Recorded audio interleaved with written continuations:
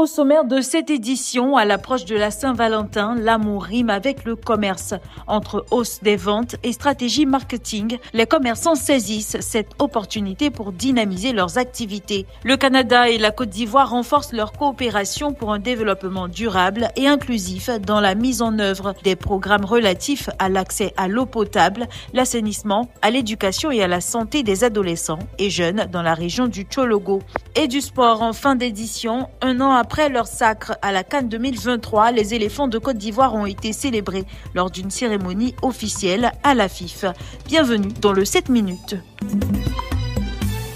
Chaque année, la Saint-Valentin, célébrée le 14 février, devient un événement incontournable pour les commerçants. C'est une période où l'amour est à l'honneur et les enseignes de tout horizon en profitent pour booster leurs ventes. Une occasion en or pour Koulibaly Fatoumata et Sanogo Barakissa, deux commerçantes dont les recettes journalières varient en fonction des opportunités. Le mois de Saint-Valentin là même là, nous on veut tout le mois n'a qu'à devenir Saint-Valentin. Le mois de février même ça sort. On peut gagner 50 000 par jour. Saint-Valentin arrive là.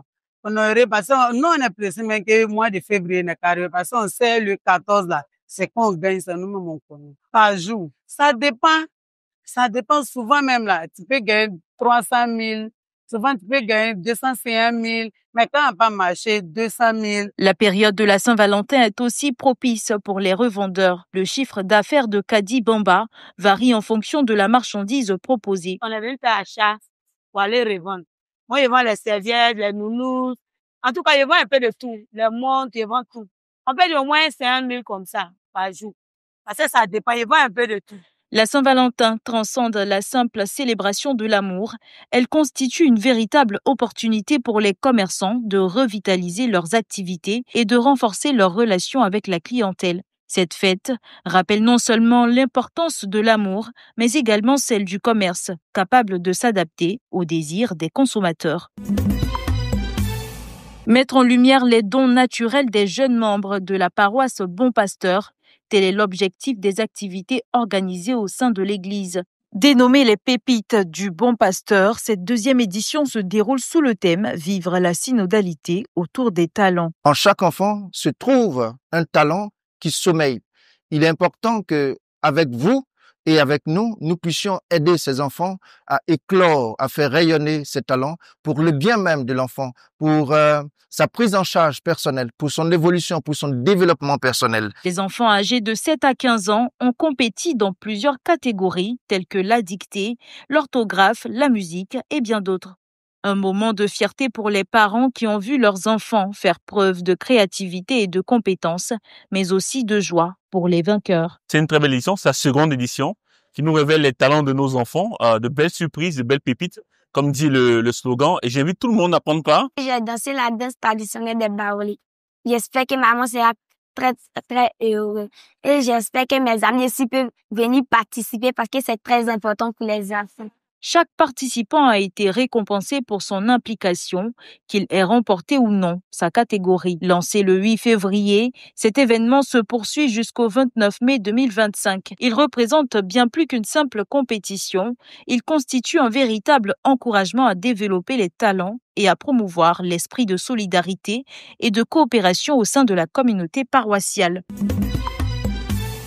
Renforcer la coopération bilatérale entre le Canada et la Côte d'Ivoire en faveur du développement durable et inclusif, c'est le but de la visite de terrain de Suzanne Stephen, directrice générale Afrique de l'Ouest et Maghreb d'Affaires mondiales Canada. Objectif, évaluer les avancées des programmes soutenus par le Canada en matière d'accès à l'eau potable, à l'assainissement, à l'éducation et à la santé des adolescents et jeunes dans cette zone prioritaire. Et je suis très satisfaite du progrès qu'on fait, des diverses initiatives qui ont été mises en place ici.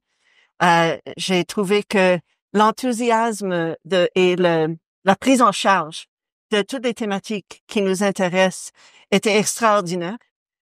Et nous nous réjouissons d'être un partenaire ici en Côte d'Ivoire. Et surtout ici au nord du pays, où il y a des épreuves, mais ensemble, on va passer au-delà des épreuves pour bâtir un Côte d'Ivoire et une région qui est paisible et qui est prospère. Lors de cette mission, Suzanne Stephen a constaté les résultats significatifs obtenus grâce aux programmes mis en œuvre par l'UNICEF, en particulier l'assainissement total piloté par la communauté ATPC et l'initiative Adolescents et Développement en présence de son Excellence, M. Anderson Blanc, ambassadeur du Canada en Côte d'Ivoire et au Libéria, et de Mme Mariana Stirbou, représentante par intérim de l'UNICEF en Côte d'Ivoire. Depuis plusieurs décennies, l'UNICEF œuvre en Côte d'Ivoire pour garantir à chaque enfant un accès équitable aux droits fondamentaux à travers des interventions ciblées comme la santé, la nutrition, l'éducation et la protection des enfants. Le mardi 11 février 2025, la Côte d'Ivoire a célébré le premier anniversaire de la victoire historique des éléphants lors de la Coupe d'Afrique des Nations 2023. La cérémonie s'est tenue au siège de la Fédération ivoirienne de football, où le président Idriss Diallo a exprimé sa gratitude envers Dieu et a encouragé chaque citoyen à cultiver l'amour pour la nation ivoirienne. Nous devons nous mettre au service de la nation, car nous pouvons servir à tous les échelons de l'État. Notre seul amour, celui que nous devons avoir, c'est l'amour de la Côte d'Ivoire qui nous a amenés là. Le ministre des Sports, M. Adjé Silas Metch, a souligné l'importance du sport dans la transformation du pays, notamment grâce à des infrastructures modernes et performantes. Le rayonnement multisectoriel de nos pays.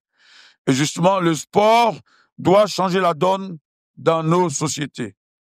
Oui, l'édification d'une Côte d'Ivoire solidaire et prospère, avec le président Alassane Ouattara, passe par l'offre d'infrastructures de qualité, un accompagnement financier important, mais surtout une bonne gouvernance au sein des fédérations sportives. L'ex-capitaine des éléphants Max-Alain Gradel a ajouté que ce sacre doit être un vecteur de paix. Cette canne-là a beaucoup d'enseignements, que ce soit physique ou spirituel, elle a beaucoup d'enseignements.